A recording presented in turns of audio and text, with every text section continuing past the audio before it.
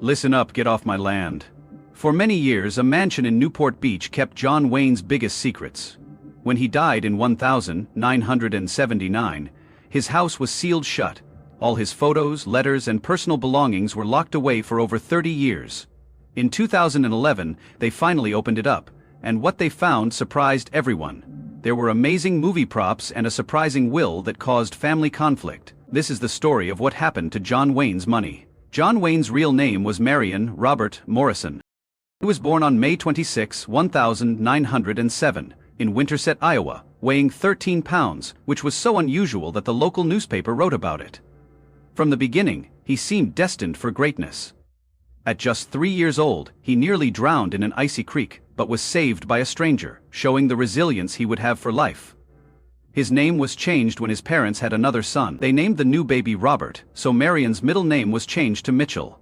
This change may seem minor, but it hinted at the bigger transformations that would come later in 1914. The family moved to Glendale, California, because his father's business failed in Glendale. Marion earned the nickname Duke because of his Airedale Terrier, also named Duke. The two were always together, and local firefighters started calling them Big Duke and Little Duke. Marion liked it, and the nickname stuck growing up. Marion loved football in 1925. A football scholarship to the University of Southern California. He studied pre-law and was a Sigma Chi. He was a fraternity member with dreams of playing football, but those dreams ended when he hurt his shoulder while body surfing. Losing his scholarship was very tough, and he felt like his plans had fallen apart. However, this injury pushed him toward a new path that made him famous.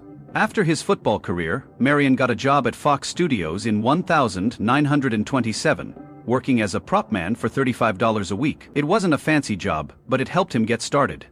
His first on-screen appearance wasn't as an actor. He was an uncredited football player in 1926. During this time, he starred in the movie Brown of Harvard and became friends with director John Ford. Ford saw potential in him and offered advice, even suggesting he change his name to something stronger. After thinking about a few options, they settled on John Wayne, a name that would become famous. Wayne's early acting career was difficult. Between 1930 and 1939, he appeared in more than 80 low-budget westerns, sometimes filming a whole movie in just 2 days. He struggled financially, often eating only one meal a day, which was usually a can of beans.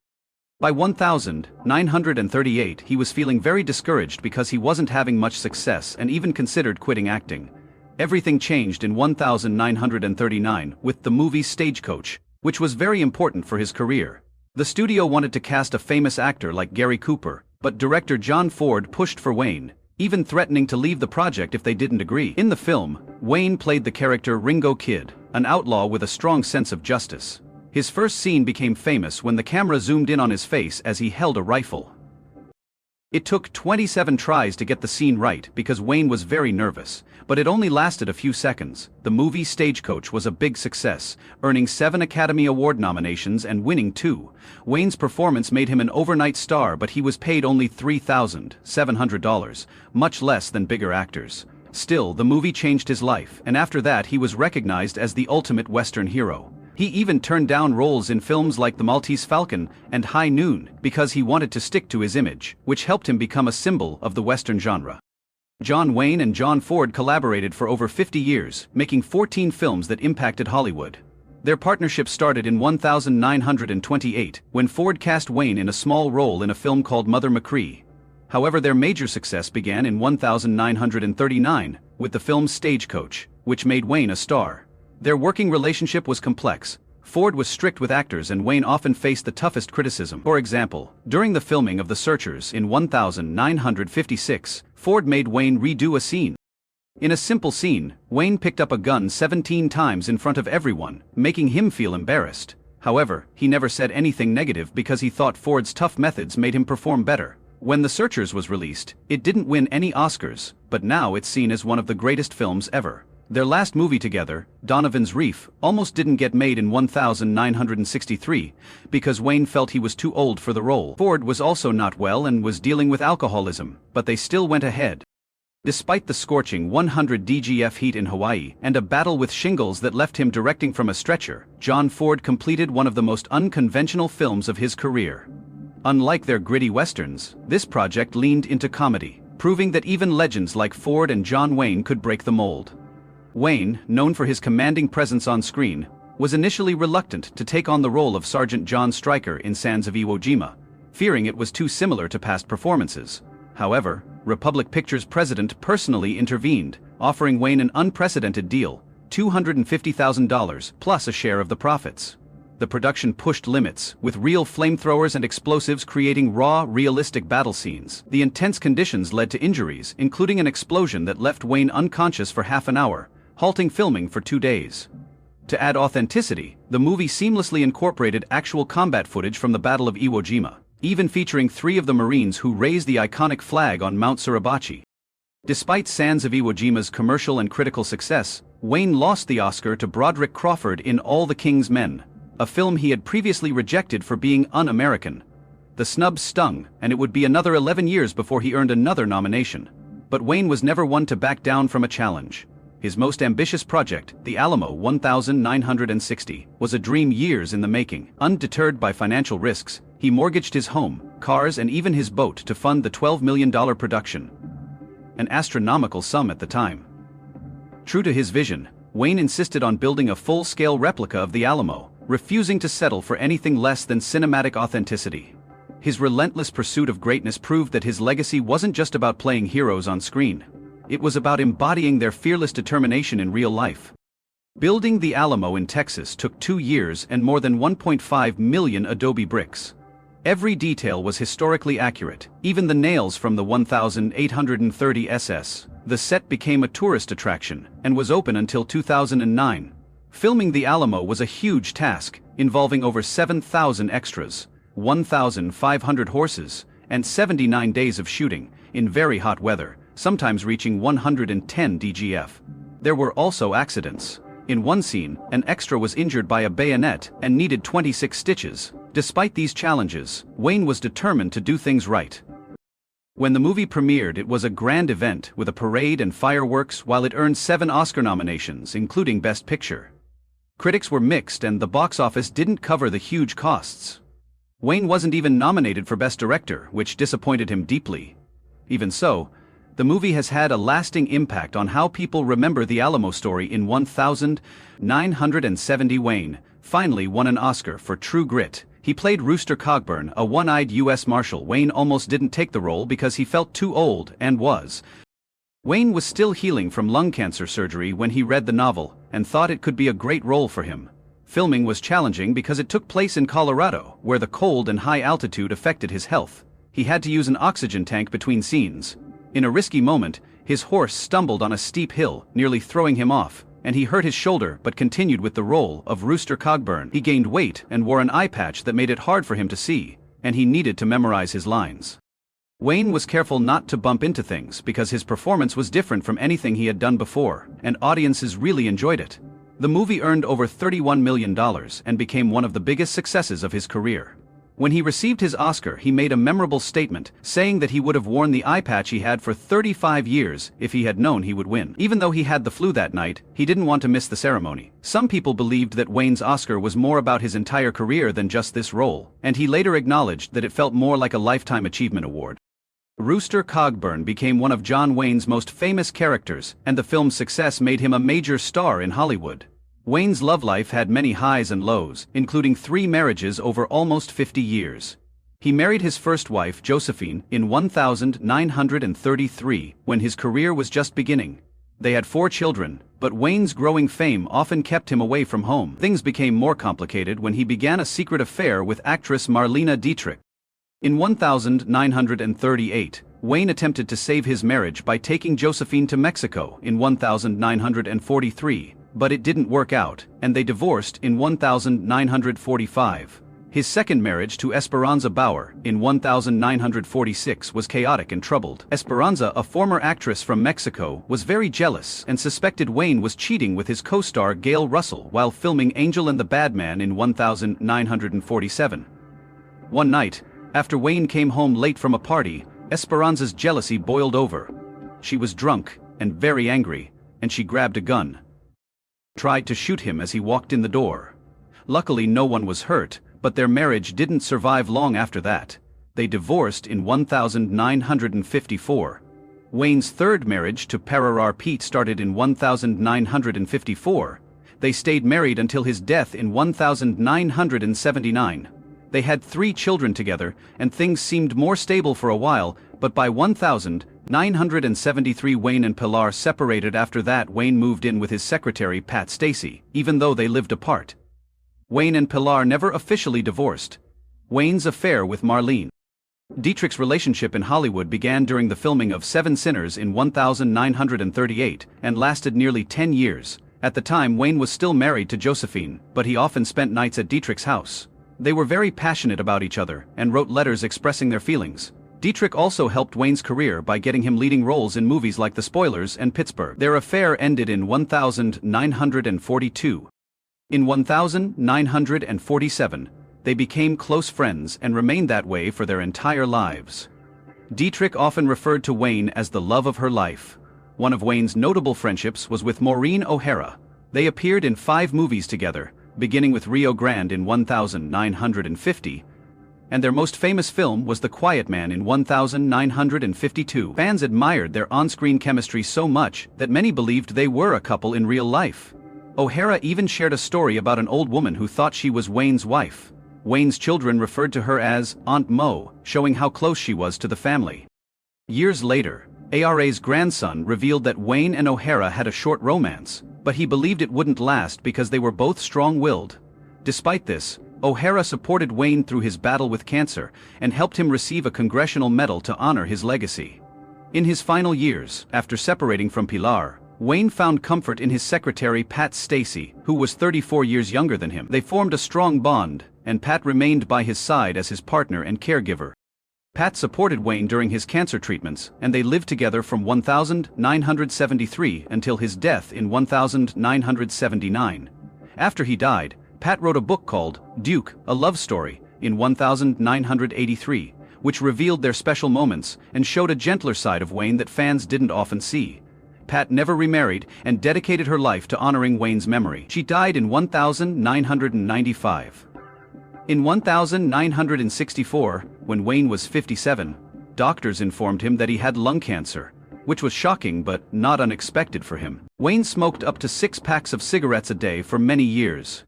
Doctors had to take out his left lung and 2 ribs to save his life. The surgery was dangerous, with only a 50% chance of surviving. But Wayne made it, and lived cancer-free for 5 years. While many people would keep such a serious illness private, Wayne decided to share his story. His advisors warned him that this could harm his career, but he didn't mind. He wanted to inspire others to get checked for cancer, and even created a nickname for himself. In 1965, a year after his surgery, he appeared in a TV commercial for the American Cancer Society, calling cancer the Big C to make it seem less frightening. He urged people to support cancer research and take the illness seriously. However, in 1979, Wayne discovered he had stomach cancer. He tried an experimental vaccine, but it wasn't effective. Despite his declining health, Wayne continued to advocate for more funding for cancer research from his hospital bed, recording messages just weeks before he passed away. He told people they might find a cure for cancer without your help, but I wouldn't bet my life on it. Wayne's last movie was The Shoeist in 1976. It was about an aging gunfighter dying of cancer, and it felt very close to Wayne's real life. He was 68 years old when he filmed it, and his health was poor. He often needed oxygen between scenes, but he was determined to do his own stunts. In one scene he had to fall onto a hard floor multiple times. He never complained. The movie was a success, and people saw it as a goodbye from Wayne changed the ending of a story because his character was originally shot in the back, which he refused, saying he had never shot a man in the back in any movie. The film made $13,400,000 and allowed him to say goodbye in a role that reflected his own bravery. Wayne died on June 11, 1979, at 72, after battling stomach cancer for several months at UCLA Medical Center. His death was a significant event for Hollywood and his fans, and President Jimmy Carter acknowledged him. A larger-than-life American hero, many fans came together outside the hospital and his home to leave flowers, notes, and cowboy hats. His star on the Hollywood Walk of Fame became a spot where people lit candles and remembered him. Wayne's funeral was private, but a public memorial was later held for fans to say goodbye. It was shown on TV and millions tuned in to watch. The U.S. Naval Academy honored him by making him an honorary member of the class of 1979, even though he never served in the military. After he passed away, the airport was renamed John Wayne Airport in 1985 to honor him and his impact on people. To remember him and support cancer research, his family started the John Wayne Cancer Foundation. They wanted his name to represent bravery and strength. The foundation helped create the John Wayne Cancer Institute, which became a leader in cancer research. It developed new treatments, including early cancer detection, which has saved many lives. When John Wayne passed away, his estate was valued at $6,850,000. In 1979, his estate was valued at about $25 million today. For someone as famous and successful as him, this amount seemed small, because he was one of the highest-paid actors of his time. People thought he would have a much larger fortune, which could mean he spent a lot or shared his money generously. Not all of his assets were included in the estate though. For instance, he sold his cherished yacht Wild Goose for $750,000 shortly before he passed away. This yacht, which used to be a World War II minesweeper, was an important part of his life. Wayne had a passion for real estate, and his Newport Beach home was one of his most notable properties. He bought it in 1965 and lived there until he passed away in 1979. The house faced Balboa Island and appeared plain from the street but was actually grand and luxurious inside, reflecting Wayne's personality. After he died, the house was sold for $5. In 1980, Wayne sold a 5-acre ranch in Encino for a large sum of $5 million, which was a lot of money at that time. At 58, he moved to Newport Beach for a quieter life by the water. He also owned properties in Arizona and Washington because he appreciated different environments and had a good eye for real estate. Wayne once joked that moving to Newport Beach earlier had been a wise choice because he wouldn't have been able to afford it later. After Wayne passed away in 1979, his will surprised many people, especially because he left nothing to anyone. Wayne was married to his third wife Pilar for over 20 years, but they separated in 1973, 6 years before his death. They never divorced, but Wayne left most of his money to his 7 children from his first 2 marriages. This choice raised questions about his relationship with Pilar and why she wasn't included. The family issues continued in 2010, when Wayne's daughter AA sued her brother Ethan and the company, claiming she was not getting her fair share. The will also gave Wayne's children some personal items. Memorabilia can often cause family conflicts. Differences over these cherished items made disputes worse, showing that sharing his belongings led to lasting problems. In 2011, something exciting occurred for John Wayne fans. Over 700 items from his life and career were auctioned off on October 6th and 7th at the Century Plaza in Los Angeles. Fans and collectors had the opportunity to buy pieces of his personal life and film career, many of which had been kept away since Wayne died. In 1979, his house was sealed, and all his things were put into storage. After more than 30 years, it felt like opening a time capsule. The auction featured many items, including costumes, props, awards, and furniture from his home. Some items were especially interesting. For example, his scripts showed how he worked on his movies. The script for The Horse Soldiers had folded pages to mark finished scenes, while other scripts, like Wednesday Morning, were kept tidy and perfect, showing how organized he was. There were personal items like books, clothes, and his last driver's license, as well as a collection of colorful neckerchiefs he liked to wear, which sold for $1,755. Some items set records, such as his green beret from 1968, which sold for $179,200, breaking the record for a costume hat. People loved it because it represented one of his most famous movies. Another popular item was his cowboy hat, worn in films like Big Jake and the Cowboys, selling for $119,500. His Golden Globe for his role in True Grit also attracted a lot of attention.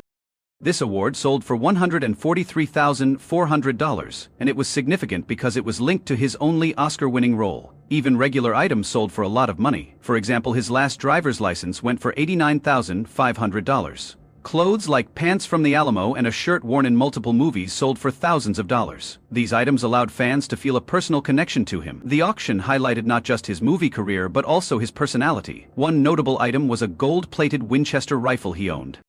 Gave to a friend, Bob Shelton. It sold for $1.13315 and showed Wayne's generous side. His books gave a peek into what he liked to read, topics like history and military strategy. One unexpected item was his collection of seashells, which showed a softer side of him that people didn't often see. One of the most valuable pieces was a portrait of Wayne by the artist John Decker. It sold for $71,700. Wayne had kept this painting in his home, which showed how much it meant to him. The auction also included family photos. John Wayne's personal items like his letters and home furniture helped fans see a more private side of him. They revealed that he was not just a Hollywood star, but also a father, friend, and someone close to his family and loved ones. In 1971, he gave an interview to Playboy magazine that upset many people and remains a topic of discussion. He made some surprising statements, particularly one where he said he believed in white supremacy.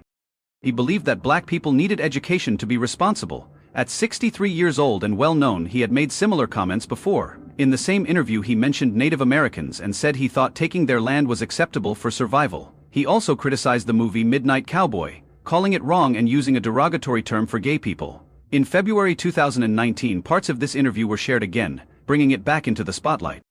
Twitter users called a screenwriter named Wayne a terrible person, and the post quickly became popular. This led to many people discussing his legacy again. Some wanted him cancelled, while others debated whether his statements should shape how we remember him. His comments, even years later, sparked important discussions about the responsibility of famous people and the harm their words can cause. This debate went beyond social media and made people pay attention to places named after him, like John Wayne Airport in Orange.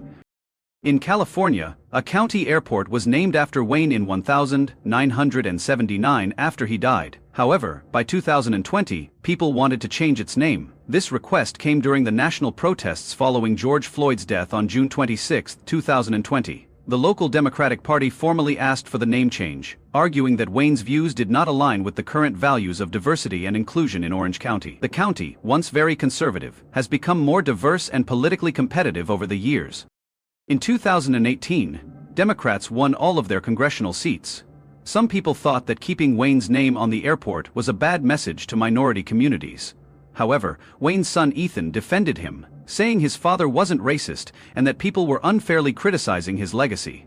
As of 2025, the airport still bears Wayne's name, but the discussion about it continues. This shows how challenging it is to handle the legacies of controversial figures. The debate also had an impact on the University of Southern California, USC, where Wayne was involved. In July 2020, the University of Southern California made a controversial decision to remove an exhibit honoring John Wayne from its School of Cinematic Arts. The exhibit, which had been in place since 2012, showcased movie posters and personal memorabilia celebrating Wayne as one of the university's most famous alumni. However, growing protests from students and alumni, particularly in late 2019, argued that Wayne's past racist remarks made the display unwelcoming, especially for students of color. After months of debate, the university ultimately took the exhibit down, citing its commitment to anti-racism and inclusivity. While some applauded the decision as a step forward, others condemned it as an erasure of history, reigniting the age-old debate about separating an artist's legacy from their personal beliefs. Wayne's defenders insist that his iconic films, such as The Searchers and Rio Bravo, are cinematic masterpieces that should not be overshadowed by his personal views. They argue that one can appreciate his artistic contributions while simultaneously rejecting his controversial statements. However, critics counter that Wayne's legacy is inseparable from the racial stereotypes and problematic themes present in many of his films. They believe that celebrating his work without acknowledging its harmful aspects is a disservice to the progress of social awareness. The debate over Wayne's legacy is part of a larger cultural reckoning, one that forces society to confront uncomfortable truths about its icons and reconsider how history should be remembered. It praised a version of American history that overlooked the violence against Native Americans.